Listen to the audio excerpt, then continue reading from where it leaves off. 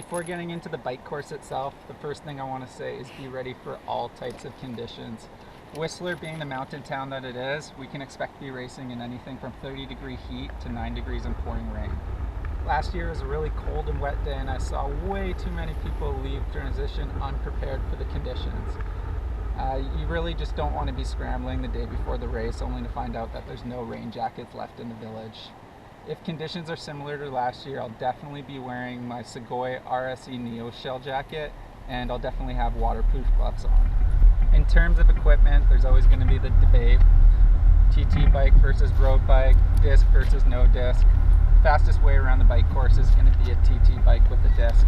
I'll be racing on my felt IA with my Vision disc, and I'll have a deep dish wheel on the front. Another thing to consider for the course is the gears you'll be using on your bike. If you have the option to go with a compact crank or even a more forgiving cassette, I would definitely go with it.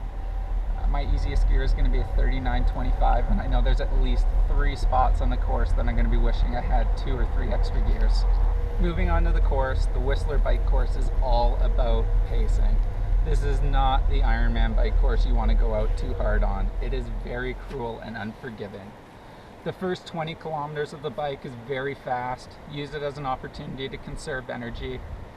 Once you get to the bottom of the Callahan, the climb's roughly 15K. You're tapered, you're feeling good, people are going to be hammering this. Some people refer to it as burning matches. I refer to it as don't be an idiot. Those people will come back to you later on in the day. Be smart with your pacing, it will pay off. Once back down from the Callahan and riding back to Whistler, you're going to have to deal with some rolling hills, some false flats. But from Whistler to Pemberton, it's pretty much all downhill. It's the fastest section of the course. One really important thing to note this year is that there's been some road work going on just past Green Lake. It's about a 6-kilometer stretch. I rode this section about a week ago. It wasn't that bad, you just have to be mentally prepared for it. If you have an opportunity to go check out the surfaces before the race, I'd recommend doing it. Once you've made it to Pemberton, you hang a left-hand turn and you head out into the meadows. It's roughly a 50-kilometer stretch, but it's completely flat. There's a good chance that you're going to have a tailwind one way and a headwind coming the other, so stay in your aero bars and use it as an opportunity to maintain a good pace.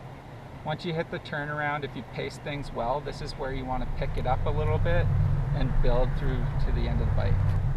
The climb back from Pemberton at the 145-kilometer mark is what you've been holding back for.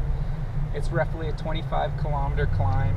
The first 5 kilometers are the worst with the steepest grades, but no matter how many times I ride it, this climb does not get easier. Try to stay in the saddle as much as possible, maintaining a steady pace without any spikes. As soon as you get to Green Lake, you'll have a short opportunity to spin out your legs before riding into T2.